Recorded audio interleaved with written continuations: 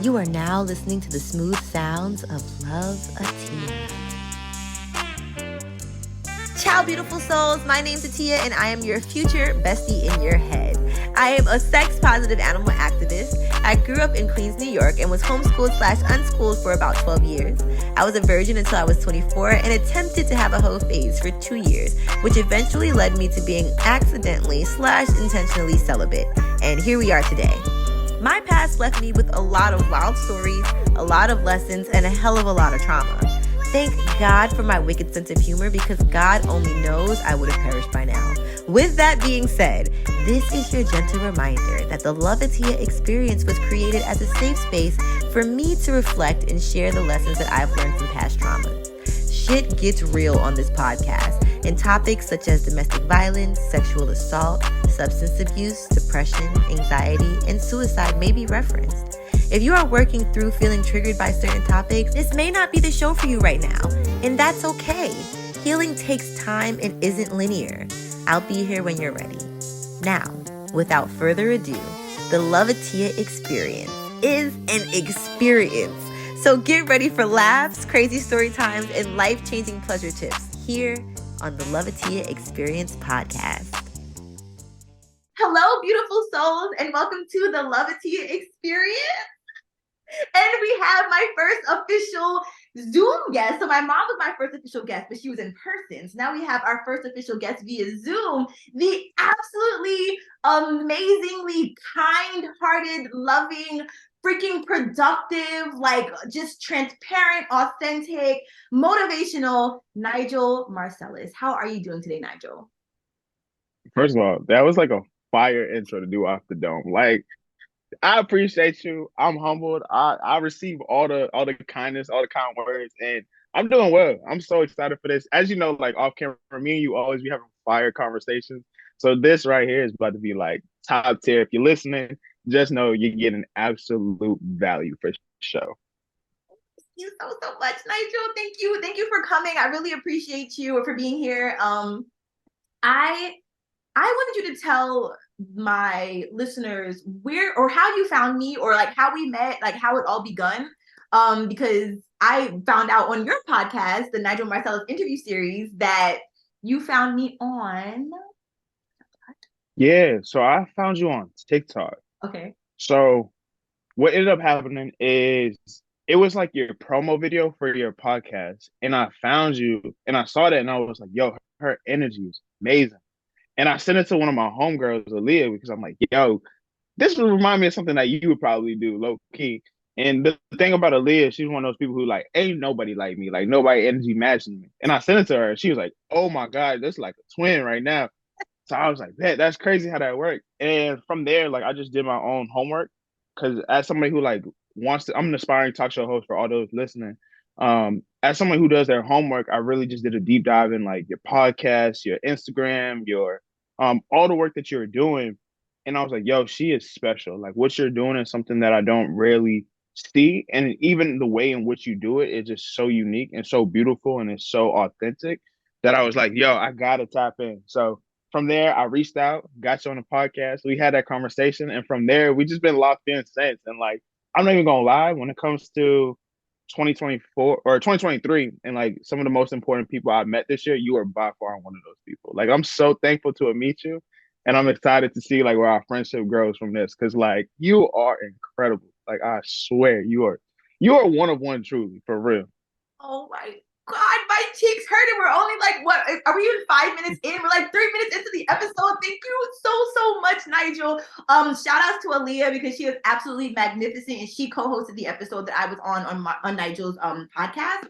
But I feel like you are always pouring into me. You're always pouring into everybody in your life. So I just want to take a second to pour into you. Y'all, I have literally told Nigel that you are like, did I say top 3 or top 5? I don't even know. Let's just fucking say top 3. Like top 3 men in my life who really like give me just hope for humanity as like a whole. You are just so beautiful and like effervescent. I guess that's the word I'm looking for. You are a whole author of a children's book. You are in school to get your PhD. Like you have a interview series podcast. You have your interview series that you do at your school, right? With your are these your students, or what would you like with your peers? Like Mentees, strangers, random people, just whoever's willing to answer these deep questions because they get real deep real quick. they be deep, y'all. He's like, oh, what do you love about Black women? And this one guy was like, yeah, like I love so much. He's like, all right, keep it going, keep it going, keep it going. Like I just love all that you do. I think you ask questions like, what is something that you are healing from? Things like that. Like that's Hmm. just questions that a lot of people in our community don't really get asked a lot and don't get to like express often. So just thank you for all that you do. Like I said, outside of the accomplishment side of things, just who you are as a person, like in everything I've learned from you. I learned a freaking lot on your podcast episode, but just reading your posts and your heart is so open. And then it even has me reevaluating like my heart. I'm like, damn, like my heart used to be like that. Like I can't wait, you know? So just thank you so much for being you and for being just so magnificent. I almost feel speechless. I feel like I had so much more I wanted to say, and now I'm here in front of you and I'm like, you know, like Nah, yeah. you say more than enough. I receive it all, and I really appreciate it. Like, yeah, nah, that's love. Thank you so much. Thank you. Thank you. Of course. Okay, so this episode is actually going to be about singleness, dating at our age. It's going to be about how we're just navigating like love and life and our peers as a whole. I know that you do a live series, and I think I joined on like the third hour of your live, and Yo, third hour is crazy. Yo, that hour was so long, bro. It was literally like three and a half hours. That was nuts. I love it though. Like y'all were talking about some good shit, and once again, like I learned so much in regards to your thoughts, and it was great because you had the perspective of women, like three amazing women that I joined in on. Um, but I was like really excited to hear your perspective as well because I could relate so much to them. But your perspective is one that we Hmm. don't hear very often, just from like a young Black man who just has, like I said, like an open heart, which is a beautiful thing. So that's what we're going to be talking about, navigating love in the 21st century. But first, I want to ask you five, I guess, icebreaker questions. Cool. Let's get it. I want to know about your sex life. Okay. So number one Let's is, get it.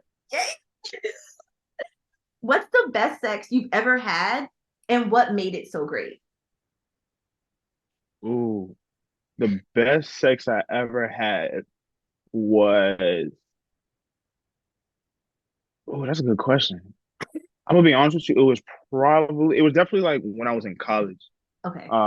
And I'll get more into like why it was in college. College was a long time ago for me, but Okay. um, yeah, I think what made it so good is like the partner that I had. She was like teaching me something new, and it was my first time doing like more so like rough sex, and I was just like, oh, this is kind of like this is fun.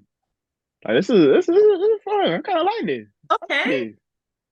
Now, Yeah, so that was a good time. what do you define as rough sex?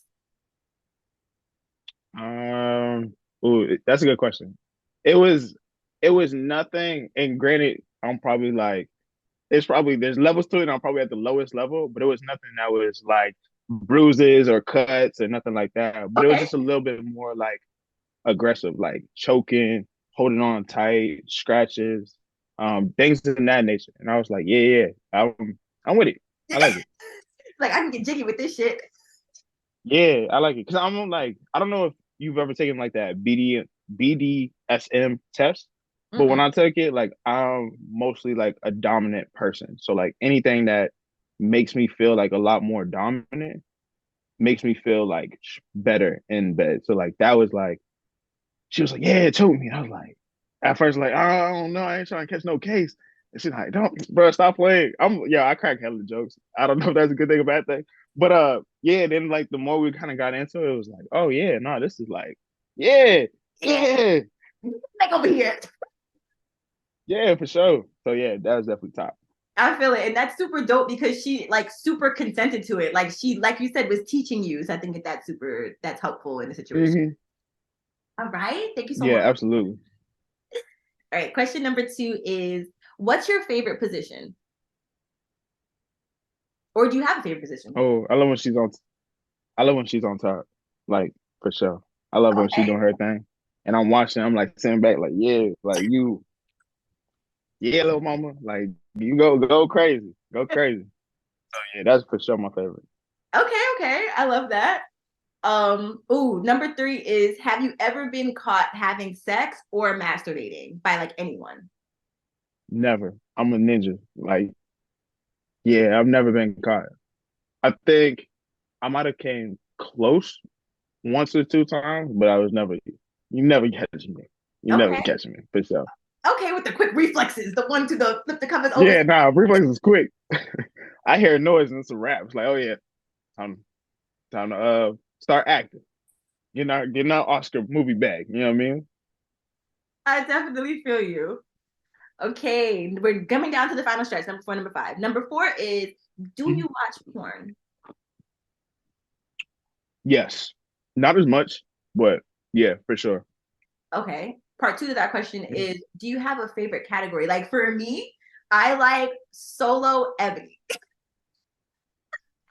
Ebony, for sure. Like it's so bad. Like Ebony, 100%. Don't show me nothing. Like I need black women the Period. whole time. Period. Please, I don't want to see nothing else. No other shade, no disrespect. Black women, number one. Thanks. That's it. Absolutely. You know what? Before I I'm even 100% a black woman stand account for all those listening. Like I don't play black women only. Yep, and that's exactly what I was gonna say before we get to number five. Like one thing about Nigel is you're gonna know like he's definitely a stand for Black women, and like in the most fucking genuine like way. Even and I want to go backwards to your introduction, but like even just your friendships, like the way that you hold your friends up. You literally hosted a friendsgiving, right, for like everybody at your school who couldn't go Mhm. home. How many people were there? It looked like a million people were there. Like Yeah, it was a lot. It was 52 people altogether. And I did all the cooking. I had help with desserts, but majority of the cooking, I for sure, I held that down. So that's so amazing. Y'all can go to his page. thank We're you. gonna put all his information in the description and stuff so you can follow him and keep up with him. But he has like a whole like documentation of like what happened that day. And I think you even did some interviews and things like that. So yeah, just hella impactful. But just the way that you hold your Black women friends up, like he literally will send me like a paragraph in my DM randomly, just like boosting me up. And I'm like, how the hell did he know that I need to hear that? Like, so yeah. Just he really means what he says when he says that he like is here for Black women. And I appreciate it. Thank you. Of course. I just realized that I actually literally asked you the last question with number four because it was, do you watch porn and what kind of porn do you watch? So, all right, thank you for answering my icebreaker questions. I know some of the answers to these next questions I'm going to ask you, but I just want our audience to kind of get like a better idea of like what your history with love is and things of that sort. So, can you tell For us sure. how long you've been single? And then I'll go from there. Yeah, so I just turned 29 in October. Scorpio gang for all those who follow astronomy. I know Scorpios get a bad rep. I promise you I'm trying to change the game for us. So I say that to say how long I've been single. I've actually never been in a relationship in my life. So Okay. I've been single my whole life for sure. Oh, kudos to you. Like, Yeah. yeah. Rough, Do you know rough. what really? Okay, why has it been so rough? Like, why is this a choice? Are you just really selective? Like, what has your journey been when trying to find your first relationship? If I'm being honest with you, that's the question of like, why are you single?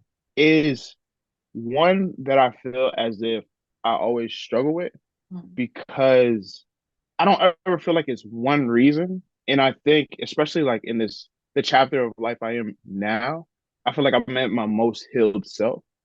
And when I find somebody of interest, it just usually never works out. But I'm a backtrack. Okay. To answer the question, I think for the longest time, I've always been somebody who struggled with worthiness and feeling like he was deserving of love. So in order to feel deserving, I felt like I had to work for love. So I would always pursue people who necessarily were not like people who I just did not need to be with because I didn't recognize my value, but I was trying to prove my value in other people. And when you go chasing and looking for your value in other people, you're never going to be able to find it. So Mm. I would always end up trying to prove myself, prove myself, prove myself. and then it wouldn't work out. And then I would always look at myself and be like, oh, what'd you do wrong? Like I did something wrong. It was always of my fault. It was always something I could have done better. And I think over time of just things never working out and never working out, it put me in this position where I got to a place where I was like, you know what? Like I believe in love for everybody else, but I don't believe in love for myself. So why try? And I think I masked my own insecurity with love and being more career driven. So I was the person who like when I was in school, it was like, I'm not even trying to focus on love because I'm trying to make sure I get dean's list and make the best grades. Or like I started a student organization. It's like I'm gonna focus on like building this organization and helping other people. And I think every once in a while I would catch myself like falling for somebody or liking somebody. And I would feel like, oh, I'm at a like really healthy place, but still deep down in my core, I didn't feel good enough that when I try to make it work, the minute like things would start getting real, I would always self-sabotage or I'd be like, oh, you're gonna mess this up, or oh, this is man, this is too good to be true, et cetera, et cetera, and like find a way out. So I think for the longest time, I can't say it was anybody else. Sure, other people have responsibility and like maybe how they affirm me or made me feel. But the bigger picture, I think myself, I didn't feel like I was deserving of it. Mm. But you fast forward to now, I feel like I'm finally at this place where it's like all that love that I felt like I was lacking, I've learned how to pour into myself. I've learned how to affirm myself. I learned how to look in the mirror and say, like, no, you are deserving of love and you are love and you're created and you have this great capacity to love.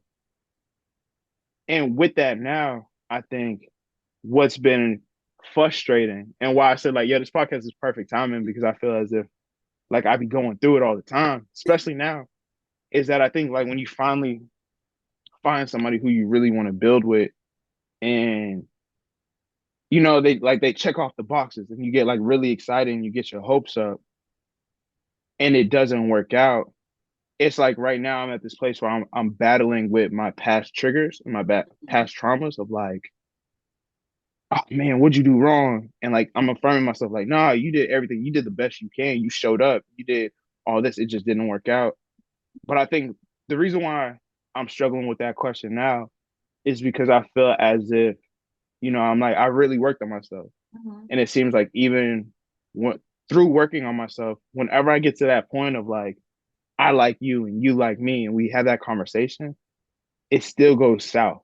Like it used to be this big hurdle of me being scared to tell somebody I like them. Because Mhm. usually whenever I say that, it never works out. Mhm. And the fact that I feel like I'm at a more healed place and it still doesn't necessarily work out, it's like me battling myself of reminding like, no, it didn't work out for multiple reasons, and those reasons might have nothing to do with you. You know what I mean? Or that might just not be your person. Or, there's so many different variables. But I think like right now, I'm really trying to affirm myself and not to take things so personal, which has been like the ultimate challenge right now. Ooh, absolutely. Have you read the book The Four Agreements by Don Miguel Ruiz? Yeah, Yeah. yeah, Yeah, I gotta read yeah, one for again. sure. Yeah, I feel like that's one you have to read like every 2 years because you'll be at different parts of your life. Like as you read it, like I read it say 5 years ago and then I read it again 2 years after that. So now I feel like I'm at my mark of like having to re-up on it. But when you said not to take things personally, like I feel Hmm. like that book really helped me like remember why like it makes it feel less hard or less heavy to not take it personally after reflecting over some of the things that he shared in that. Yeah, absolutely. And I think for context too, for people who don't know, like I'm also an only child. So when it came to like growing up in my interaction, a lot of things I had to figure out myself because I didn't feel Mm-hmm. comfortable or safe going to other people. So like when you're used to that kind of like mentality, everything seems like you control yourself and Mm-hmm. I have the ultimate control of me. So if things don't work out, then it's because of me. So again, it's like it's really learning to not take things personal, but also being able to give myself grace and understand like, you did your best. And just because you did your best doesn't always entitle you to a relationship. It doesn't always entitle you to a person. Even if you're a good person with a good heart and good intentions, you're not entitled to a relationship. You got to find it. And then once you find it, you got to build it with a person. And I think I find great people. I haven't found great people for me to build to. what it needs to be. So to answer your question, why do I think I'm single? I think I haven't found that person to like really build yet. Damn. I'm literally shaking my head the whole time, like, geez Louise. No, hell yes. I feel like you and I live very, is the word parallel? Like very parallel lives. Like I too am an only child. I too struggled with like building myself up when I was younger, especially in dating, and like took the blame for a lot of stuff. And I can just relate. And then now I was nodding my head extra hard because when you talk about like evolving and healing, but then trying to meet someone who's also like on a similar journey and also wanting to build on top of that, I literally just finished making a podcast episode about this and about doing your best. And then even after you do your best, it's like nobody tells you that not everybody's on that same time. That's one. Like nobody tells you that when you are healing and when you do all the self work, like in my mind, everybody else is gonna do the self work with me. So then by the time like I get to this other level, Mm. I'm like, hey, like we're all here. And I feel like I'm like elevating to this other level. And I'm like, where the fuck y'all at? Like, whether it be just, Yeah, no facts. like dating, life, whatever. So I can highly relate to you doing the work and feeling like you really like made the like reached a not even a plateau, but just like made it to like a really to a place where you feel like you're safe and able to date and able to lift yourself up, lift your partner up in a healthy way and then not necessarily feel like somebody's able to like meet you there right now.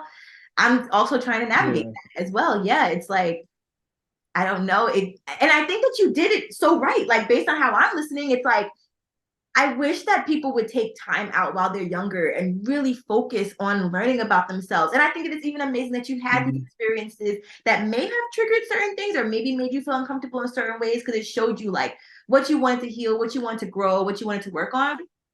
But yeah, Mm.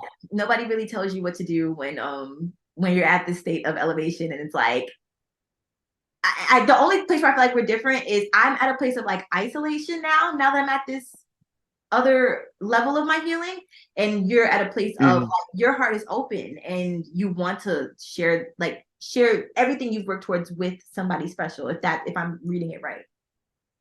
Yeah, no, you're definitely reading it right. I think what makes it difficult is going back because you asked this question and I feel like I didn't answer it.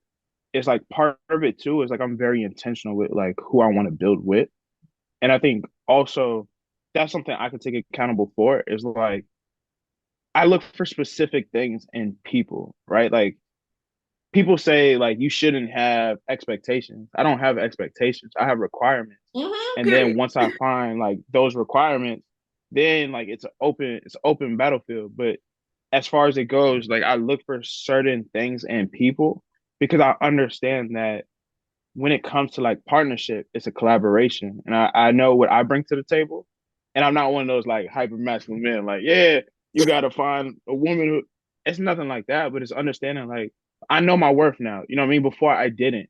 So I was going after anything. Now I have a better understanding of what my worth is and what I bring to the table and what I lack also. Mm. And now I'm working on healing myself still, but also like these are the things that I look for because I know this is what's gonna keep me invested. It's going to keep me loving. It's going to keep me motivated and pushing for a better relationship with somebody. And I think part of it like is my standards, and it's Mm-hmm. hard because like the location I'm at, I don't necessarily come across the people that kind of hit those. So it's a level of patience, Mm. and because I don't often find people when I do, it's crazy. I had to start earlier. It's like sometimes I don't know if like I have a connection with somebody or I have an attachment Mm. because some connection is like neutral. So like usually if I like you and you say you like me, in my mind it's like, oh, this is a connection. But just because I like you and you like me, if there's a little bit more energy coming on my side, that might be more of an attachment than an actual connection. You got to build a connection, but you could find an attachment. So it's I think for me it's really just constantly reminding myself that no matter how much I heal, no matter how much I work on myself, I'm not entitled to anything. I Mm. still have to work, I still have to find, I still have to do the necessary processing in order to build that.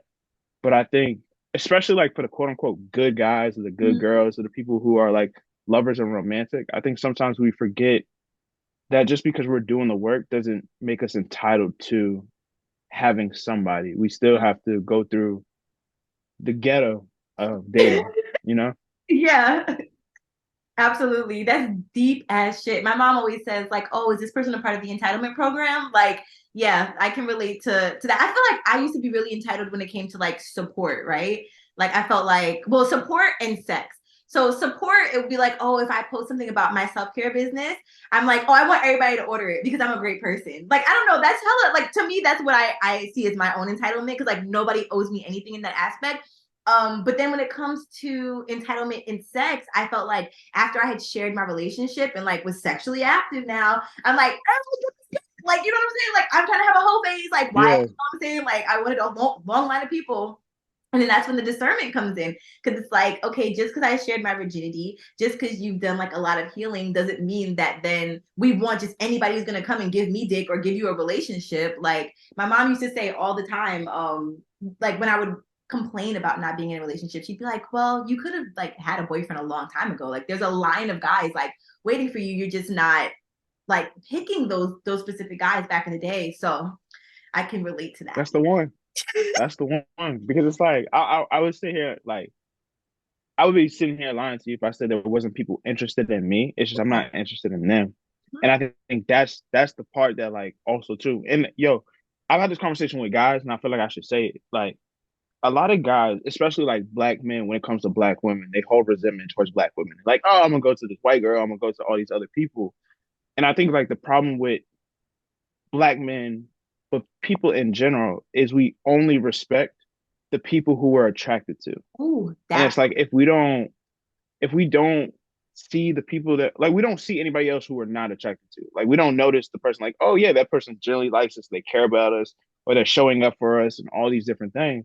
Because we only hyper focus on those who are attracted to.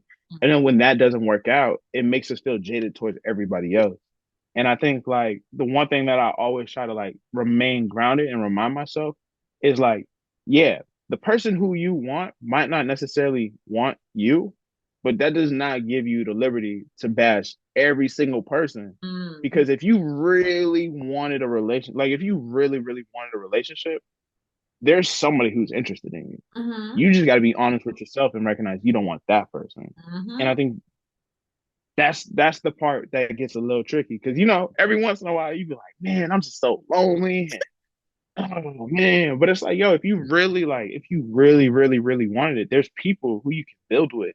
But it's Mm-hmm. I think for a lot of us, like because of our standards, because of our requirements, because of the things that we look for, we don't pay attention to certain opportunities because we're always searching for the right thing, you know, the right person, the right whatever. And I think that's I don't know. To your mom's point, it's like, yeah, you could be in a relationship, but why not? Literally, yeah. And going back to what you said about like what you desire, like it doesn't mean that you have to just pick anybody who's interested in you just because you like crave a relationship. Like no, the mutual need and like you said, that connection. I love that comparison of connection versus attachment because I've definitely done a lot of learning about like attachment styles, and I'm like, oh shit, like I'm a combination or one or the other depending on like the person, if that makes sense. So I can Oh, do you know your attachment style? God damn. Uh, it depends. So Okay, I feel like I'm really, really, really healing from my anxious attachment. So got you. I think that like yeah, I feel like I'm able to like let go. And like I think moving out of the country has definitely helped me with that. Like I haven't been as communicative with people back home. I haven't like I think I've done some pulling back as well, which is probably why my attachment style has changed. Um Mm. So the you're other like in a relationship, you're the person who definitely needs like a lot of reassurance, right? Like you need somebody to let you know, like, yeah, I like you, I care about you. Because like the minute something happens, your mind's already going a million. Like, oh, they did something, they changed, oh, he don't like me no more. Okay, yeah, yeah, yeah, yeah, yeah. legit because the other ones are avoidant, anxious. What are the other ones? Do you remember? So it's secure, Okay. anxious, avoidant, and then fearful avoidant. Also known as disorganized attachment. Well, that might be me too. Wait, what does that one consist of? So if you have a disorganized attachment style, also known as fearful avoidant, essentially it's a combination of anxious and being avoidant. So it's a mixture of both. The reason why I know this one very well is because that is my attachment style. My Okay. attachment style is a fearful avoidant. So it means that although you ultimately crave intimacy, the closer that somebody gets to you, the more likely you feel like they're going to abandon you. So then you try to distance yourself. So you have this like roller coaster of emotions of essentially being like, I really, really want you and I want you close. But at the same time, the closer you get, you're scaring me because you're probably going to leave me like everybody else did. So I want you away, but I still want you close, but I also want you away. So it's like, it's legitimately a roller coaster of like every single day. Like you need reassurance, but you also need to find reassurance in yourself. You want somebody close, but at the same time, when they're close, you wonder how how close are they really, or are they going to leave you? It's crazy for sure. Oh, not you just read me for Phil. That's crazy because that's me as shit. I'm like, yeah, I'm anxious attachment. No, I'm that one. Fearful fucking avoidant. Like highly, highly high. And I feel like even before, like the world, not the world, but like my listeners know that I was in like a really jank relationship or really unhealthy, I'll say. But even before that, like I really needed the assurance and I really needed the reassurance and the positive affirmations and the quality time. And I feel like I was kind of deprived of some of that because I was a virgin. So people were like, I'll give you the time I got. You know what I'm saying? So I wonder if Yeah, some of that stemmed from, yeah. yeah, no, it's definitely tough. I mean, like for me, like to just call a spade a spade, and this doesn't necessarily come from my parents, but like I've definitely been abandoned by like friends and whatnot. So it's Mm-hmm. like it's hard for me to let people in, and I think this goes back to like when I tell you like, oh, if the minute I express I like you, and then you say you like me, it goes down south. A lot of that comes from that abandonment. It's like, oh man, we finally, whew, this big hurdle, this big hump, this vulnerability, like I like you. And that used to be like such a hard thing for me to say. Like my friends would be like, yo, just tell this girl you like her. And I was like, nah, I can't tell her. I refuse to tell her. But it's like the minute I express that, I like you. I want you. I want to build with you.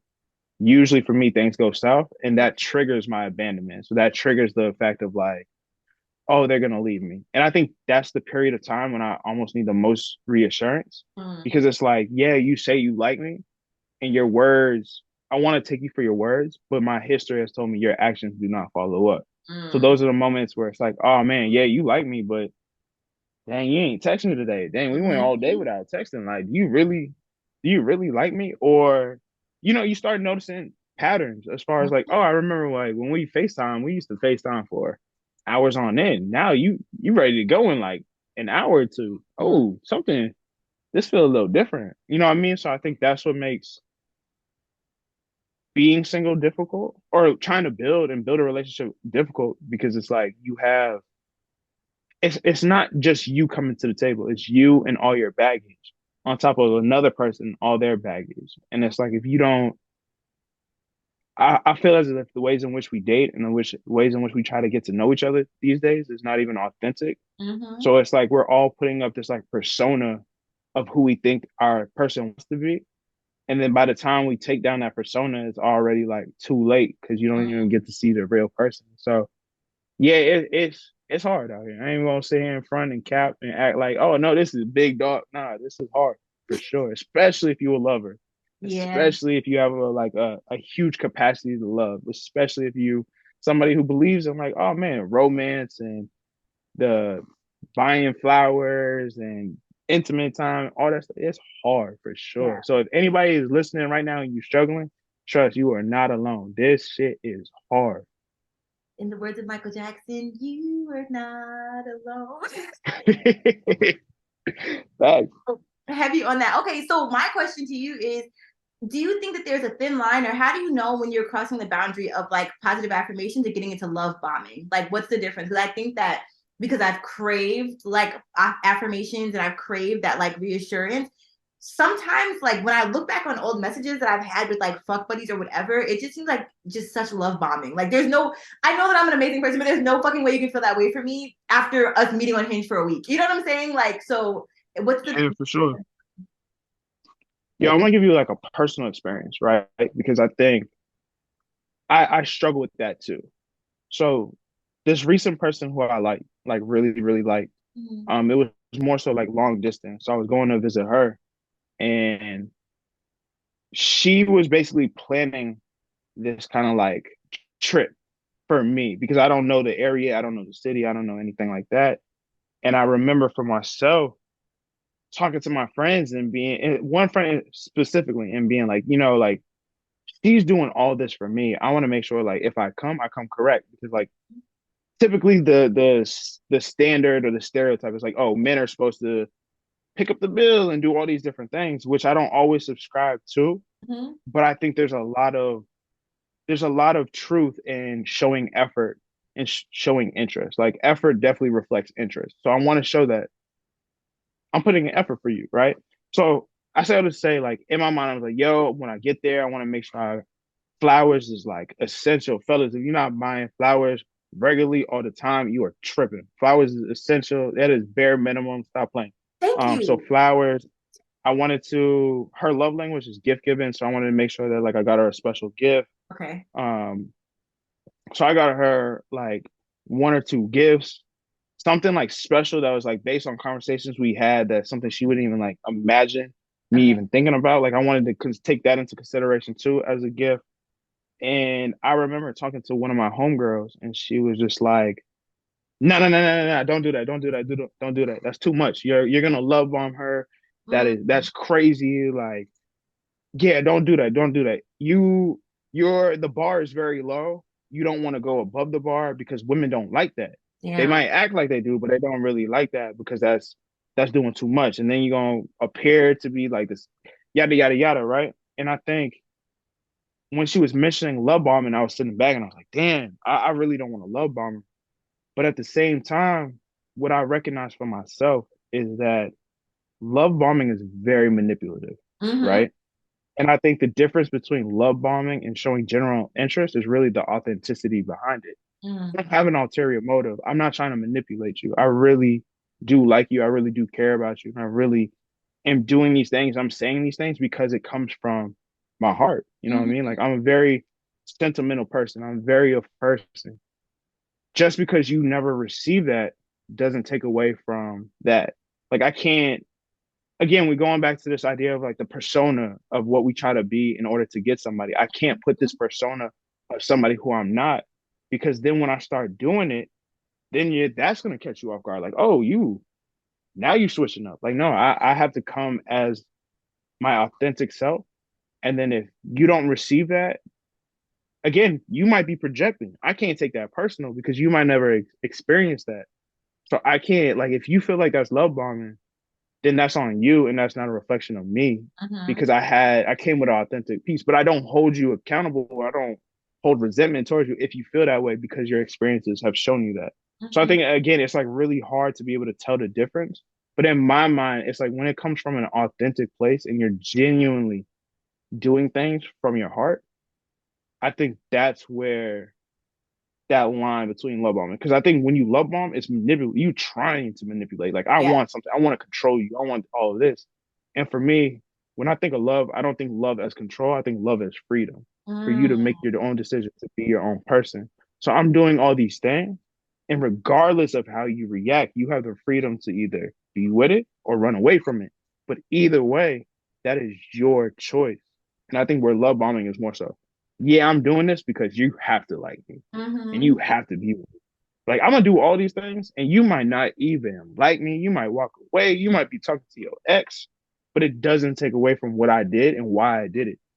And I think that's the difference because when people love bomb, their intention is like, nah, I did this. I want you to recognize it, and I want you to be under my control. Where Mm-hmm. for me, it's like I'm doing this, and you, man, you are still free to walk away from me and not like me, and that is okay.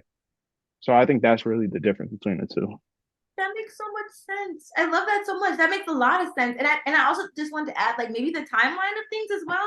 Like if you said you were talking to the woman that you went out on the date with for like a little while Mhm. and then you like went to go visit them, like of course, like it's pent up time, like it's pent up shit. So of course you're gonna want to like shower each other with beautiful experiences. So that makes sense as opposed to like once again when you meet somebody on a dating app and they're like madly in love with you after like a week or two. You know what I'm saying? Like it just doesn't or after one Yeah, for sure. Timing. yeah. Absolutely. Yeah. But I love that about the intention. You're so Timing. Absolutely. yeah. Come on, giving us lessons about attachment styles and love bombing and all that good shit. I love it.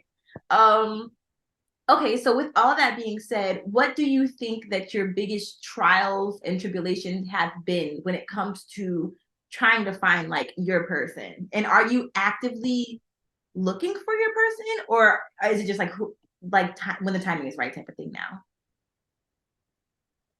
Yo, first of all, I just want to like give you flowers. Your questions are fire. And the reason why they're fire is because you're asking stuff that I feel like is so much more complex than like a simple yes or no, Thank right?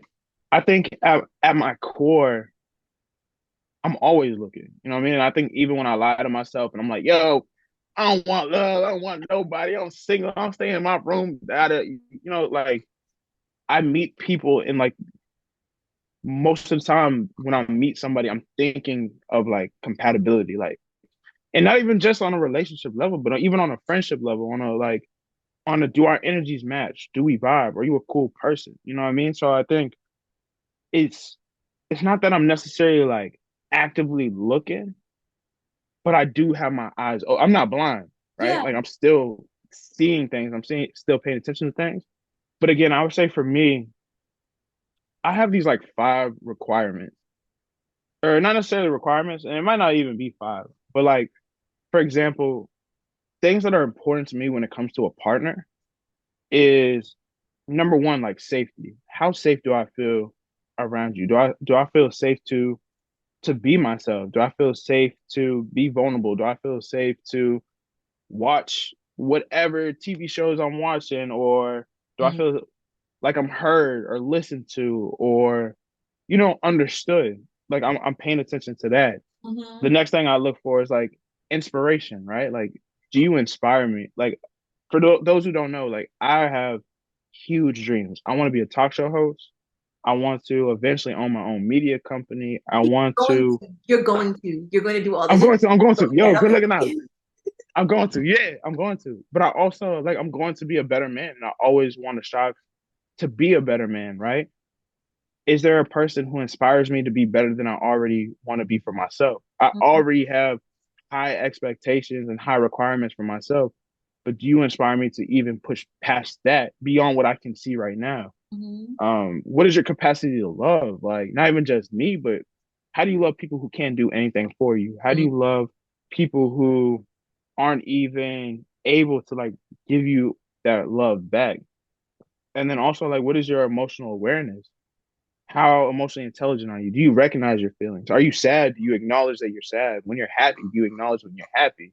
When things aren't going well, can you say like, "Yo, I am not okay"? So like these are some of the things that I look for in a person, and I Mhm. think a lot of people don't pass those filters. You know what I Mhm. mean? So I'm kind of used to people not necessarily passing those filters. So I'm not always looking, but I always, if I feel like, oh wow, this person's like really inspirational, or this person's really dope, I'm definitely kind of like running through the test real quick, like, ooh, you inspire me. You checking off this box. Oh wow, you like maybe there's potential there, maybe not. So it's like I'm not necessarily actively looking, but I'm always paying attention to seeing what's out there and who's around me. But I think the place that I'm in now, I don't know. I'm at that weird place where it's like it's that one person who like if you send that text like, "Hey, let's make it work," I'm all in. But Yeah. beyond that, I feel like I'm getting into that phase where it's like I truly want to do like a dating fast and really just take the time to like reflect and focus on me, especially until I finish school, because I'm like so locked into school right now that I Mhm. gotta finish. And I feel like everything else that I'm looking for in life is on the other side of finishing my program. So I'm in that at that weird place of like, yeah, shorty, I'm rooting for you. And I promise you, like, if you watching and you listening and you paying attention, like shoot me that text or call me or FaceTime me and let me know because I'm ready to love you right now, baby girl. Like, just say the word. And the Yeah. other side is like, yo, if that doesn't work out though, like the next chapter for me is to really bring all the energy back into me Mhm. and really just lock in because this chapter of my life, I have to be a lot more intentional and I have to focus. And Mm. the more I look and I search and I'm trying to find something, the more likely I'm going to lose focus on what's right in front of me and the job at Mhm. hand. So I'm in this like weird place of like, I'm not looking, but yo, if she stopped playing, like I'm with her. Like that's gang, that's twin. We going through it. You know what I mean? So I don't know. Yeah. Yeah. Everything you just fucking said. I have two things that I want to reflect on. One is you explaining what safety looked like to you, because I remember on your Instagram live when you were talking about like your five main requirements for a relationship, safety was number one. And I meant to ask like what safety looked like to you, because I feel like safety looks different to everybody. So thank you for that definition. That was really, really helpful. Hmm. And two is, I feel the same exact way, like about my success. And I was thinking that about you and your dating life as well. Like, I wonder if universe, higher power, whoever, whatever people believe in, I wonder if that entity is like holding your person back from you, maybe until you're able to like pour more into yourself again, like continuously, and then also like reach certain goals that maybe you pouring into somebody else may have distracted you from. And the same goes for me. Like there are certain things in my life that I feel like are being held back from me. And I really realized this when I was really actively trying to date, and I kept hitting brick wall after brick wall after, like there was no hope. Like, and I was like, am I just making Yeah, decisions, you know? And then I realized like, no, I think it's literally divine. Like that's when the celibacy came in. And then once I stopped focusing on dick, and not even just once I stopped focusing on wanting to cuddle, then I feel like I was able to focus on like what I really need to focus on. So yeah. Can I ask you something about that? please. Does that scare you though? Because it's like knowing you again, like we're very similar in the sense of like we don't half-ass anything we do. Like if we're gonna do it, we're gonna be great, and we want to be like the greatest of all time with it, right? Does it scare you to like reach, like let's say like a high power is saying like, nah, you got to be in your bag, you got to set up your career, you got to do all this.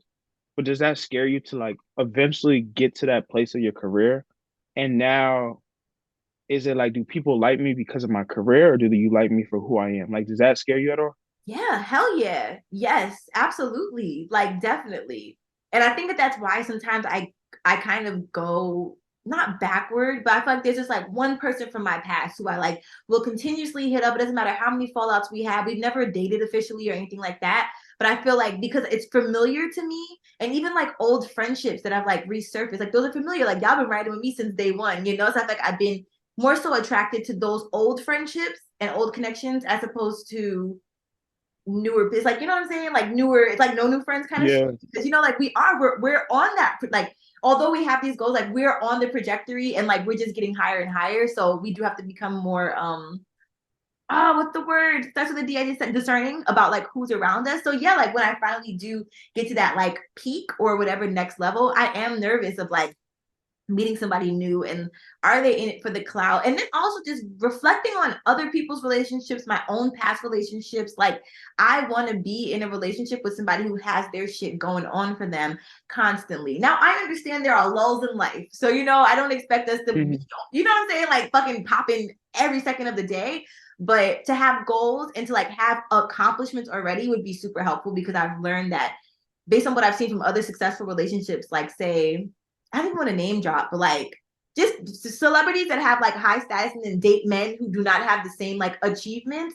I just see the resentment so clearly. Like I said, I experienced it in my own relationship. So it's like I want to meet somebody when they're accomplished, but I also want to know that their intentions are pure for me, if that makes sense. yeah.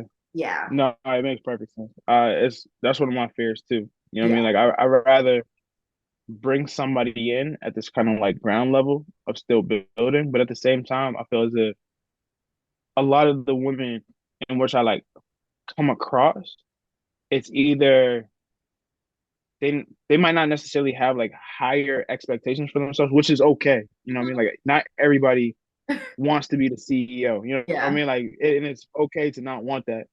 But I It's think like okay. I'm No, I'm kidding. similar. I'm kidding.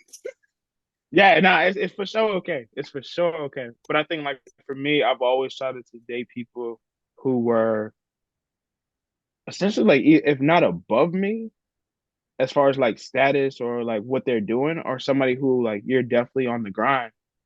But I think that's also a challenge from a male's perspective, because a lot of independent women who necessarily haven't they've tried with men and it didn't work out. So now they put on this more I would say like masculine side of like, I don't need anything. I can handle it. I got this. Don't even worry about it. I'm gonna focus. You know what I mean? It's a lot more difficult for them to open that door and open that heart to trust. And again, like the bar is very low when it comes to men. You know what I mean? So I understand that.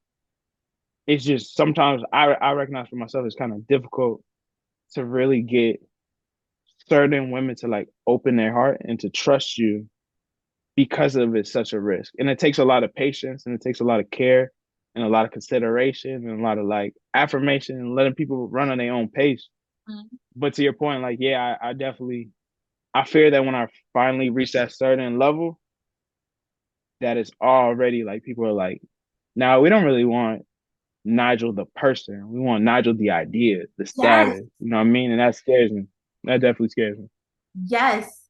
Have you witnessed that happen like within just you meeting people now? Like even if it's just like a quick encounter or anything like that. Like have you ever met somebody who kind of held you to this pedestal that they may see like online or whatever the case may be? And it's like, right, but what about my core me outside of like the content I create? Yeah, 100%. I mean, family, Mhm. friends, like strangers for sure. I've Mhm. definitely had people who, it's funny too, because I was talking to my cousin about this because I recognize and I acknowledge I'm doing a lot of positive stuff and I have a lot of motion, a lot of traction.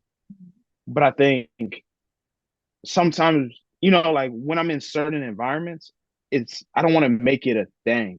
You know what I mean? Like even when I'm doing the stuff that I'm doing, it's cool to do it in the moment. But then after that, I'm one of those people. I'm kind of like off it. Like, yeah, I already did it. Like I wrote a book. Cool, I already wrote it. Let's keep it pushing. Let's keep it moving. And like people will make it such a big thing, and rightfully so. Like it does deserve those flowers. And a Yeah. part of it is me downplaying it, right? But the other side of that is like people get into this headspace of like, oh, he's so famous now. Oh, he's Hollywood. Oh, wow. Like, yo, he gonna be this person one day. Or, I'll go to like an event and people will be like, oh, we want you to like go tell this person about this book and tell this person about your school and your dreams and all these different things. And again, like it's not a bad thing. I don't want to sit here and be like, yo, this is like terrible. But it's more so in the sense of like I didn't come here for that. Like I came here to like get away and play spades and just be myself. Yes. And I think I'm starting to reach that level where people are watching. You know what I Yes. mean? Like there was a time when like I was the kid who had big dreams and everybody was like, stop it. You know what I mean? And now I'm at that point where everybody's like, yeah, he's one of them. Like, yo, you're a talent. You're about to come. And it's like I love it because it's what I've been praying for, it's what I've been Yeah. hoping for. But there's still a part of me that's a little bit more reserved, and it's like, oh, like, hey, don't forget, y'all. Like, I'm still me. You know what I mean? Like, I'm Yes. still not. Like, I'm still the person who, I'm like extroverted, but I'm very reserved, and I like to Yes. play spades and have a good time. And I don't want to always talk about business or work. I just want to like be with you and be around you. You know what I mean? So, yeah, I definitely experienced it, and it's taken some getting used to. I was just at a book signing today. I Okay. was reading to some kids, right? And when I'm walking into this to the school, in my mind, I'm thinking like, yo, I'm just a stranger. These kids don't know me. I'm not no like crazy social media star. I ain't got a billion followers. Like I'm just me, Uh-huh. right? And she introduced. She's like, yo, we have a author here, and these kids light up like, oh my god, right? This one kid, after I got done talking, he was like, yo, Kai, I heard him talk to his friend, like, yo, I want to dap him up so bad. And I heard that. So I walked over to him. I dapped him, right? This kid was walking around with his hand out and he was like, yo, I'm not washing my hand ever again. Never. Like, yo, this is crazy. And it was like one of those moments where it was like, it was amazing and humbling. But at the same time, it's like, yo, this is crazy. Cause I'm not, again, in my mind, I'm just a little, it's just me, right? Yeah. Like, it's just me. But it's like, yo, there's so many people who they don't come across that or like they believe in you or they see you differently. And I know that's the responsibility that comes with that. And I got to own it and I got to be okay with that. But I think at this stage, because I feel like I haven't reached a certain threshold, sometimes it's for sure overwhelming. I'll be like, whoa. So when it comes to dating, especially on social media, like people slide up on my story and I'll be like, do you really want, like, You don't know me. You want me for Mm-hmm. the image and not for like who I actually am. And I Mm-hmm. think that's the stuff that I'm like trying to learn how to navigate at this point. Damn, I love that so much. Also, you were being mad humble. Y'all, Nigel is so humble. Like, he literally, when he got to the school, they had literal, like, posters of him and, like, his book, like, on the door. Bro. Like, oh, some Beyonce shit. Like, come on, Renaissance, we see you. Nah, that show is crazy. I was like, what is going on? What is life? Life is not real. Amazing. So amazing. I love that so much. I love the hand. He probably really didn't watch his hand. He's probably sleeping, like, Bro, I'm like, yo, bro, wash your hand, bro. Like, I promise you, like, yo, COVID was a couple years ago, brother. Wash your hands, brother. Like, please. real fast. That's Literally. crazy. I feel you so much though. Like, yeah, you talk about like personas, and my mom calls it. My mom should be the co-host because I'm always quoting her, but she calls it like meeting people's representatives. So I feel like what they see on social media is like our representatives. Mhm. Like, it's us, but it's like I'm not walking around every fucking day like this, like holding dildos. You know what I'm saying? Like, that's fucking exhausting. So that's like Yeah. the social media persona. But I remember one time I went over to this guy's house, and I had just posted some shit on TikTok and was like, yeah, like I love, and this is not even about him, but it was like, yeah, I love when I'm having sex and somebody's like, you like that? Why? I can't even remember if it was when we didn't have sex, but when we were like fucking around, I feel like he said that. Like, he was like, you like that? And I almost gagged because I'm like, I know that you literally got that from TikTok. You follow me on TikTok. And he had told me earlier that day, he was like, yeah, I was lurking on your TikTok to see if you was talking shit about me or whatever the case may be. Because I did talk shit about him one time. And that's how he found me on TikTok. God, man, this is why you can't mess with Leos because they think everything's about them. But Yo, yeah, that's crazy because I'm like, me and Leo's, yeah, story for off camera, but yeah, okay, Me and Leo women go crazy, bro. Like, damn. And it's crazy because you said that you've heard like bad things about Scorpios or whatever. You're trying to like redeem them, but I literally wrote down like a chart of all the people I ever had sex with, and I put their zodiac signs next to it. And they talk about this in Horrible. mhm. I don't know if you watched the episode with oh, I can't remember her name, but it was one of the recent episodes, and she said that she wanted to have sex with every zodiac sign. My best sex was with a Scorpio. Like, yeah, legit. So shout out to y'all. You know, maybe if the Scorpio cares, you know, the Scorpio is thoughtful, then I be trying to I tell, can vouch for it. I be trying to tell people we like mad passionate and loyal, so it's like we gonna make sure you good. You know what? Thank you, Oh, Warren. thank you, thank you. No, that's a fact. Yeah. And I wish that the Scorpio that I had messed with wasn't so much younger than I was because I feel like he was a bit scared of intimacy, but I introduced him to intimacy. Mm, So it was cool to like yeah, exploring that, you know? But yeah, and even going back to your anxious attachment style, like I definitely can see how that fucked me up in that relationship, or not a relationship, it was a friends with benefits, but that fucked me with a friends with benefits because I would get assurance and then I'd be like, oh shit, like I think I'm falling in like, or whatever the case may be. But then like I would fall back because I wouldn't want to be abandoned. And then I would like overly like pour into it. And I don't know, it's just a comedy. It's like I wanted him to know how I really felt, but it was a lot. yeah. I'm not even gonna lie to you. It's so hard, especially like again, like for the people who are like true lovers, for the people who are like romantic, for the people who are like really in tune with their emotions and understand how they're feeling. I feel like the thing I always struggle with is like I've been told I'm too much, Mm-hmm. right? So you never want to be too much because you never want to love bomb. You never Mm-hmm. want to give so much of yourself to somebody for it to go wrong. But at the same time, like that's just who I am. So it's like, yeah, I really like you. Yes, I want to text you. We don't have to text every single moment of the day, but yes, I want to know that you alive and you good. A check in during the day, right? Like, yes, I want to like as much as I hate it, I want to know the little annoying, cute shit that you do during the day, or the things that just piss you off. You know what I mean? Like little things like that. Oh man, we're on FaceTime. We're not even talking about shit. I'm actually just watching you watch TV. But fuck it, I love it because I'm watching you and you doing your thing, and it makes you happy and at peace. And I love to see you at peace because it brings me peace. Like I'm that type of person, and I think it was always challenging. It's like I feel like I always come across people who, if they're not healing, like they're just starting their healing journey, or they're like early in their healing journey, or they're like just came after somebody who like broke their heart, or and my friend is like, yo, you're a healer. You got to understand, like, when people come to you, a lot of times they're gonna come to you in a space where they're just not ready for a lot. And yo, that's such a heavy burden because it's like, yo, I see the beauty in your vulnerability. I see the beauty in your pain. Even though you feel broken, I still see how beautiful and how amazing and how loving and how dope you are. If anything, like seeing people in their most vulnerable space is like a crazy revelation to like how amazing they are and how amazing they can be. But I feel like I always come across people who are like in that journey or just starting their journey. And it's always hard for me because it's like, girl, I love you right now. Like, I just want to love you, bro. Like, what's, but at the same time, you gotta recognize like not everybody's at that level or ready. So to your point, like what we were talking about earlier, sometimes I truly I used to think like, oh man, like love is not for me.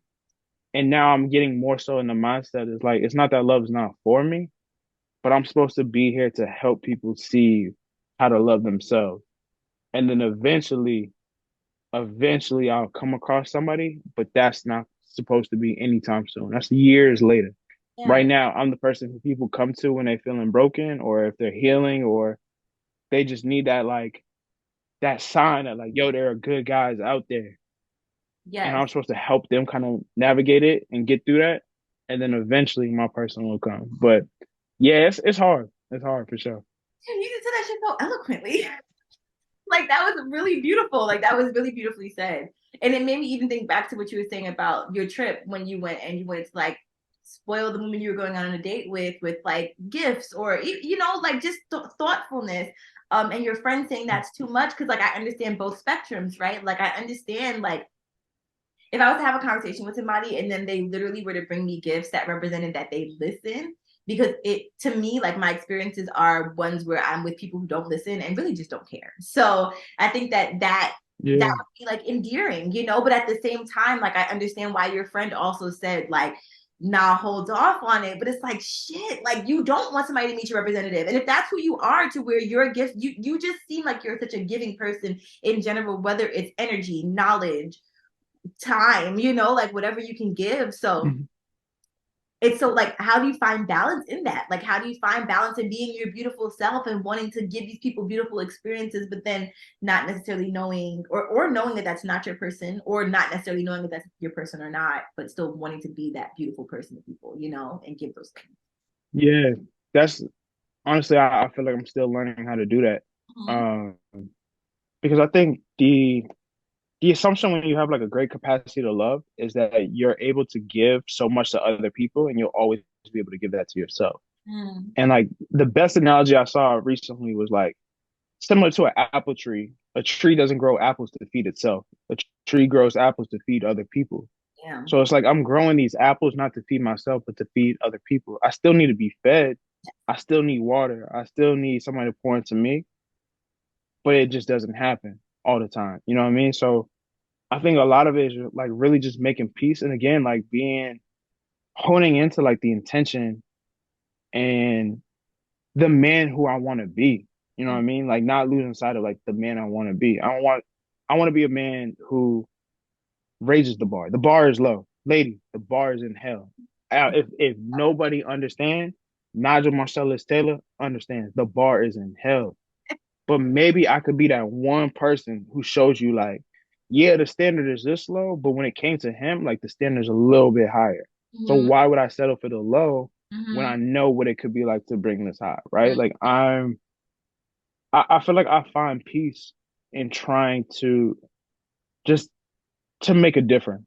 You know what I mean? Like on my all my social media is the one tagline I have is I'm here to make a difference. I want to make a Mm-hmm. difference in people's lives. I want to make a difference in the people I come across. I want to leave strangers better than I found them. I want Mm-hmm. to leave everybody better than I found them. So I think what helps me make peace of that is just being able to say like at least when you came across me in any chapter of your life, the one thing you can walk away is like I did try to make a difference. I did try to show something different.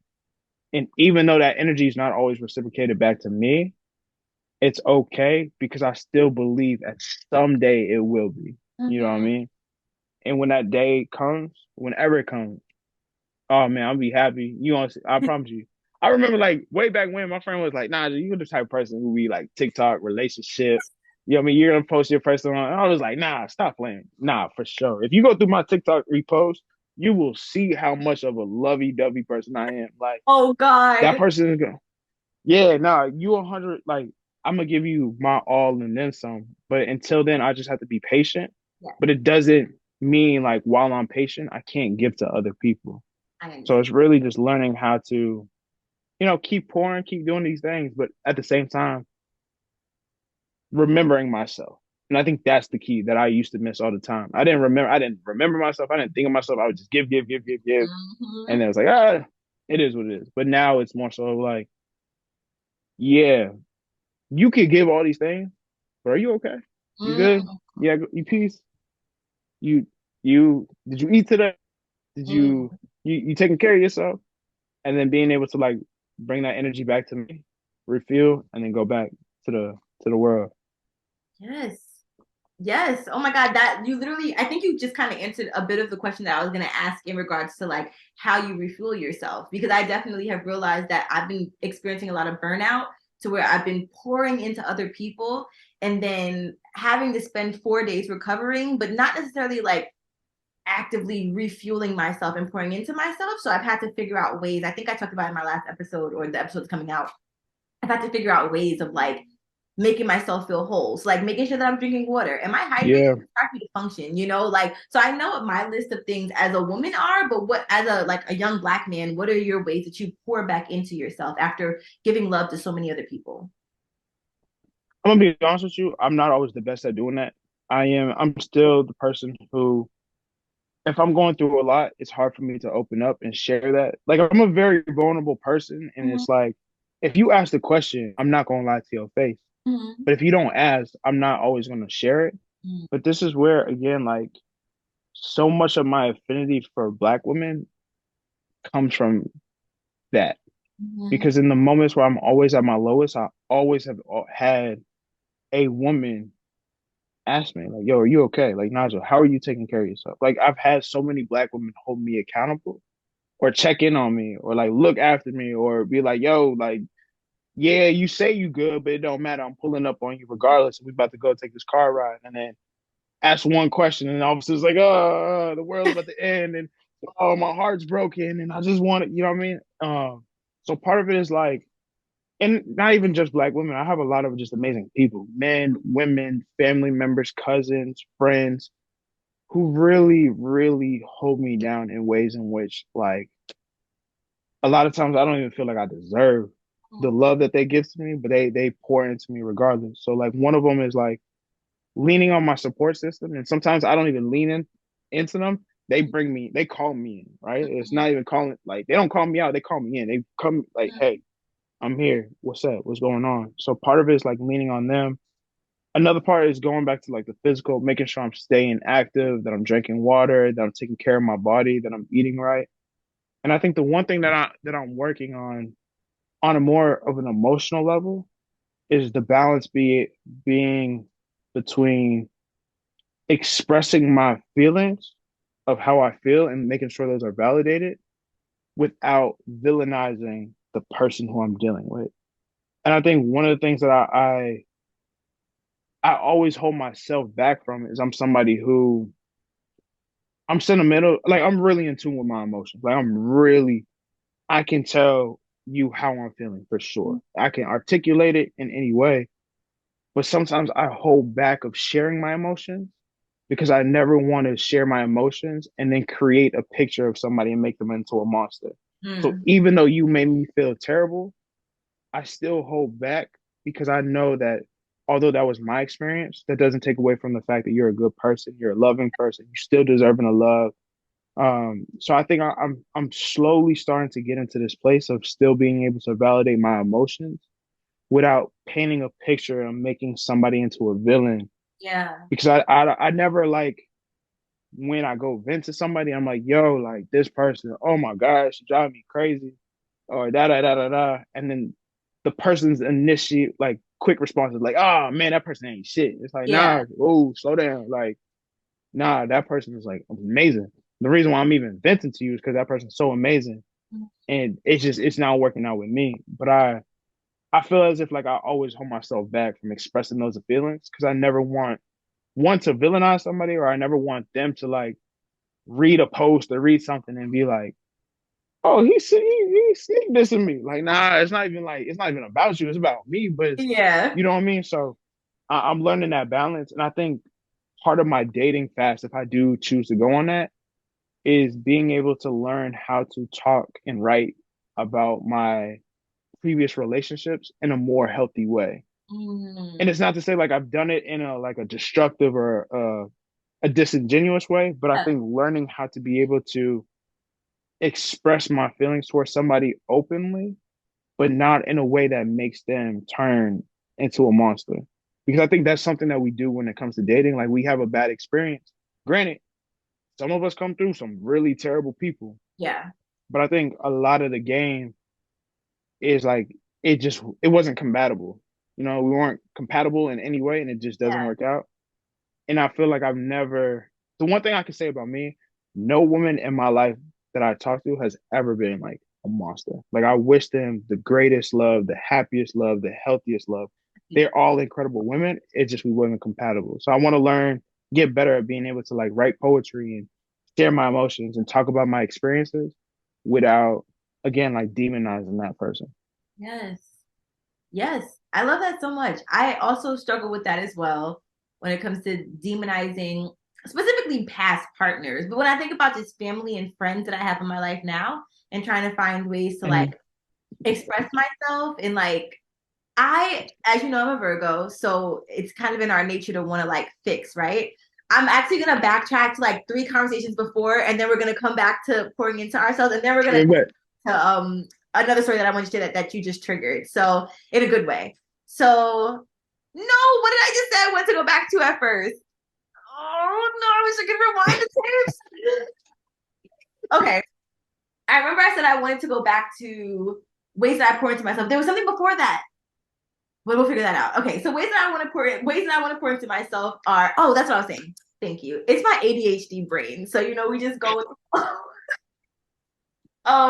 a lot of people in my life, like I said, I feel like I've been pouring into, right? I don't necessarily feel like they have the capacity right now to be able to pour into me. So the ways that you said that you have like this support system is something that I think that I desire, but I think I've convinced myself that I don't deserve it because I don't necessarily have the capacity to be that fully for other people at all times. Um, so I think that one of the ways that I used to pour into myself relationship wise, like especially when I hadn't been in a relationship. I didn't get into my first relationship until I was 24. I think that's 23. But I would write myself love notes and like love letters and literally like good morning text mm, in my notes. Like I have them from 2014 and it's like, good morning, beautiful. I love you so much. Like I love everything about you. And I would just pour into myself in that way. But I think that I'm going to now, yeah. even outside of dating, like do those check-ins. Like I very much so avoid journaling when I need to do it the most. And like I want to ask myself the questions that I want other people to ask me. Like if I'm not doing the check-in fully, can I really expect other people to do it? So Yeah. I yeah. want to just say real quick, I don't mean to cut you off Oh, because I know like there's other points you want to make, but to that point of like not feeling like you deserve, I 100% feel the same way. And I want to affirm and let you know like you're not alone because I'm one of those people who like by nature, I define myself as a loner. I define myself as somebody who is a friend group hopper. Like I don't have consistent friends. yeah. Any given day, I could be with a different group of people. And the only time they all come together is like on my birthday and then the Avengers form. But for the Yeah. most part, everybody else is doing their own single mission and I'm just kind of like hopping in. So it's something where I to this day I still struggle with. Like a lot of people want to be there for me. I don't again, going back to abandonment, I don't trust that a lot of people are really gonna be there for me. So Yes. it's like this back and forth of like, I know you want to be there, but I still don't trust it, so I might figure it out myself. But sometimes I'm go, and I think what I usually like mistake myself in doing is like I get to a place where I like back myself all the way to a wall, and then so many people ask me that I tell so many people, and then once I like, then when they check in on me, then I have multiple people checking in on me on a certain situation, and then it drives me crazy because like too many people are asking me this question. I'm telling too many people. Why not just keep it in myself? So like I say all to say, I just want to affirm that like that struggle of do I really feel like I'm deserving of this community? You are not alone. I struggle with that on the daily for sure. I did not grow up with like consistent friends. I did not grow up really having like a best friend until much later in my life. And even then, I'm still even trying to figure out what does it mean to be a best friend? What is that communication style pattern? Do you even really care about me? Or like, so like, yeah, I should to say like, you're not alone. Thank you. Thank you so much. And that's the crazy part about it is like hearing you say that, right? I'm like, but you're so deserving. Like you're literally like you are so supportive of everybody else that you are so deserving to receive that support back. So I guess it's just like the kind of mirror shit where it's like you just see stuff in other people. And I think that I'm also working on seeing myself in that way as well. Like, cause I feel like people can pour into you all they want, but if you can't affirm yourself or you don't see it within yourself, then the affirmations can sit, but then they kind of fall off eventually, you know? So Yeah, they don't internalize it at all. yes, exactly. Yeah. So thank you for that. We are both very, very, very deserving of the community and the support that we have. But I also fully understand the aspect of the overwhelm then after you ask for the help. Or I don't know if you experienced this, but like guilt after expressing yourself. Like I know you talked about demonizing. Like I expressed myself to my mom earlier, and then she like took it so well, and I was like, "Oh, I hope she feels like a beautiful person." Like I just had this one observation I wanted to share, and I could have kept it to myself, you know. So I don't know what that's about, but I guess it's just a journey. And like the more conversations that we have like this, the more that we'll be able to like fully show. And especially in your case, like I said, because I've seen you support people. Like I've actively seen you like be there for people. You were there for what, 52 people you said, or 53 at Thanksgiving? Like, you know, so yeah. Seen that for you. And I know for me, like I'm trying to figure out even what my communication style is. Like we talked about attachment styles, but even my communication, I'm not a good texter, like at all. And I'm like, I know that that's a thing that I made up back in the day when I first started dating and was like actively like had my volume up loud, like had my vibration on so that I could like be ready when somebody texted me, and then nobody would text me. So now I'm like, okay, I'm just gonna take a week to fucking text people because what's the rush, you know? But I feel like that's something that's grown into thing now. And I'm like, I'll just take a month. Like, well, damn, Atiya, like, you know, that's not the healthiest. Like, what do I really want? So I'm trying to redefine like what my communication style is, on top of just discovering my attachment style, as I just did on this call. So. No, it's funny you say that because like you say you're a bad texter, but if like let's say you're talking to somebody who you're genuinely interested in, do you feel like you're a good texter when it comes to them? Or do you still take like a week or two? No. That's a great question. Romantically, I feel like I'm a way better texter, to be honest with you. I feel so fucked up by saying that though. Like, you know? Yeah. I'm the same way. I think like some people feel like I'm like a horrible texter, but like if I like you, the way I'm locked into like my phone will be on silent, do not disturb, and if you text me somehow, and within 2 minutes, I know you texted me. You know what I mean?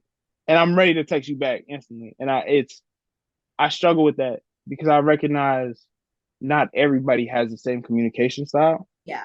But I'm always of the mindset that effort reflects interest. So if you're not putting in effort, then you probably not interested in me. And right now I'm battling that. Like, are you interested or are you not? Is this my fearful avoidant coming out or is it not? What's the goal? But yeah, I was just curious how you navigate it, especially like when you in romantic. If I like you, you definitely get a text from me. Like if you text me, it's like, oh yeah, I'm over here geek. Like yeah, for real. Yeah, I definitely like I have to stop myself. Like, and it's been a while, I guess, since I really like texted romantically. So I feel like I have to literally like wait 5 minutes because like I'm like, okay, I just saw the text 2 fucking seconds ago to you. Like it just sent, like you just got the notification. Do you need to reply like immediately or can you just give it a breather? Like, can you make it seem like you were at least away from your phone for a second? So I've had to find balance in that when it comes to my dating. Because it's like, am I playing games? You know, like I want you to know that I'm texting. Yeah. You know, so much. But I do want to say, like, give my testimonial to being your friend, because I very much so have craved like positive friendships in my life, specifically with men. I've always wanted like guy close friends and like had these brothers growing up and these like best friends, quote unquote, and all this stuff. And I used to like beg them for a certain kind of treatment. And I was still learning my own worth and stuff like that. But I'm so grateful for this friendship because you make me, you help me accept the really introspective part of myself. You ask a lot of questions, even on your lives. Like you ask a lot of questions that had me in the comments thinking like, damn, I got some work to do. Like you have literally, and it's not even in the way of, that's what I was going to talk about originally, the healing, but it's tied into this. Like when you have the energy that you have, and I can highly relate to like being a healer and having people gravitate towards you. It is a lot. And that's why I started off by saying like, I'm a fixer, or I'm a reformed fixer. Because I used to have like these bleeding souls coming to me and being like, I can heal him. And then like breaking my own heart with not even wasting time. It's never wasted time, I guess. But you know, like just yeah, I felt like I just constantly had that kind of energy in my life. So I felt like I just had to heal and fix everybody that was around me, not realizing that like my energy is healing regardless. So I didn't have to take in every fucking fuck boy that I met just because like I can heal him. So I think though that you've taught me in the conversations and just in your like open-heartedness for love, you remind me of who I used to be before my relationship. And I've even recognized this like story that I'm kind of stuck in. And I can validate my own story. I think it took me a while to like be able to acknowledge certain things. And I'm still uncovering, like my brain has protected me from so much in my relationship. But you've inspired me to want to be more than my story, right? Because my heart used to be so open. I literally found the text that I had read earlier. And it was talking about, it was like a long message I had wrote for my ex when we first started dating, like 2 months in. He was cheating on me at the time, but, and that's the story I'm talking about. Like, why did I have to say that? But he was, like, that's my truth. So, but it was like, I was pouring so deeply into him, Nigel. Like, it was like 7 paragraphs. Paragraphs, crazy. I feel that. Yeah. I feel that. I feel that passion for sure. Like, yeah. Yeah. And I used to feel like, you know, I changed, my name is not Love. Like my birth name's Atiya, but I changed my name to Love Atiya when I was 2015, I know is the year. But I changed my name because I wanted to have more love in my life and I wanted to give more love. And it's like I was on that path of like giving love to everyone. And that's what I'm always going to do naturally just by default. But I think that my relationship halted me a bit in the capacity that I felt like I was able to continue just frivolously giving out love. Because I think I didn't trust myself. Like, I think you talked about self-trust earlier. Like, I didn't trust myself and my discernment. If I was pouring into him, like, what the fuck, you know, what am I doing? So I think that I'm just that trust part is major. You know what I mean? Like the ability to trust yourself. I think that is honestly the key. That's something I am battling on the daily, is learning how to trust myself. And I'm gonna be honest with you, like I don't always trust myself when it comes to like love. I believe it's crazy. I believe in love. I don't always trust myself when it comes to love. I think I trust myself to have a great capacity for other people, but I don't always trust my discernment in bringing in love to myself because of, again, like the abandonment, the all the times I get really close and vulnerable and open up and get to that place of like, yeah, I'm ready. I want to build with you, and it doesn't work out. I just watched this video by this woman named Brene Brown, and she said the most challenging emotion, or the scariest emotion, is joy. And the reason why she said it's joy is because usually when we're feeling joy, we always feel like there's something that's going to happen. Something's going to end this. Something's going to ruin this. So in order to combat that, we don't go all in. We're not fully present. We don't fully accept everything that we're going through. We hold ourselves back and we reserve ourselves. So that way, when disappointment happens, it doesn't take away our joy. And she brought it up, this example of like this couple being together, and this guy was like, man, I feel like there's always gonna be something bad that's gonna happen. Like she might leave me, she might cheat on me, so I'm not gonna fully be in this. I'm not gonna be joyful in this. I'm gonna reserve myself. And what ended up happening is his wife died. And when Mm. she died, the number one thing his takeaway was the fact that I wish I was more present. I wish I was more joyful. I wish I was actually in that space. And the reason why I bring that up is because the one thing that I really try to be when it comes to like love, especially now, despite the pain, despite the hurt that might come, is like be fully authentic and present in that moment because that's an experience. And I don't own anybody. Like I have no control over anybody. But Mhm. what I can control is like how I show up. And the Mhm. last thing that I want is to walk away from these experiences and be like, damn, I did not give it my all. Mhm. And I think it hurts for sure when it doesn't work out. But when I look back, I find myself always smiling at those moments where I'm like, yeah, but I gave this my all. Like I'll Mhm. go through old photos of this trip. And it's not to say like me and her are on bad terms or nothing like Yeah. that. You know what I mean? Like we're still like really cool. But I was fully present. I didn't allow myself to be self-sabotaging. And every time I look through these pictures, I smile. Oh. Or like when I'm looking at old pictures of like people who I might have talked to in the past, I still smile. Not because it's like, oh man, like we could have been, or I wish. Nah, it's just more so in the sense of like, yo, I remember being genuinely happy and joyful in these moments with you. And I think that's what I'm trying to learn. Hey, beautiful souls. I'm so sorry to interrupt, but if you know me and Nigel, you know that we could go on for hours and hours and hours. So I decided to clip this up into 2 episodes. I hope that you enjoyed part one. Actually, I know that you enjoyed part one because I had so much fun looking back on it, and definitely would love for you to stay tuned to part two because Nigel does not stop dropping the gems. If you want some more behind the scenes videos, some more episodes, some more updates, some more tea, piping hot tea. If you want to join me for my upcoming slumber party, then tune into my Patreon, and I have a free tier right now. Don't know how long it's going to exist, so be sure to hop on that so we can bond in between episodes because I have so many extra thoughts that I love to put on my Patreon. So yes, be sure to sign up. I love y'all so much. I'm so excited. If you want some pleasure tips, be sure to head to theloveatiya.com/sign up. The link will also be in the description, and follow Nigel everywhere. I'm going to also put his information in the description, but be sure to check back for part two of our amazing chat where we talk more about love, dating, self-esteem, and just life in general, honestly. I love y'all so much, but before we go, I want you to check out this final tidbit of the episode where Nigel just dropped some more of his information for you to contact him. All right. Love y'all. Give yourself a hug for me. And back to the episode. You listen to this, just know like I am him. You already know I am single. I might be going on this dating fast regardless, but who knows? Life is possible. I'm still single. My DMs is open. I'm always taking applications. All right, cool. Now, as far as like who I am, again, y'all, thank you so much. Nigel Marcellus. Y'all can follow me on Instagram, Twitter, Facebook, LinkedIn, really anything at Nigel Marcellus.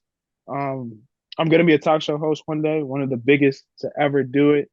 And my goal is to help people have healthier conversations with themselves. Hopefully, this gave you a glimpse of kind of like my work and what I do. And I'm still figuring out how I'm gonna get there, but I know I'm gonna do it. As far as where you can follow me on social media. If you have kids or you don't have kids, I have a children's book. It's called The Endless Possibilities with Nora and Vincent. It's really to help people, children specifically, but people in general, just not limit themselves and recognize like the possibilities are endless as long as you believe in yourself, and that the ability to believe can open up so many doors for you. So my children's book's out. Definitely cop it. If you go on my page right now, you're gonna be flooded with me just going to different schools, talking to different kids, and I love it.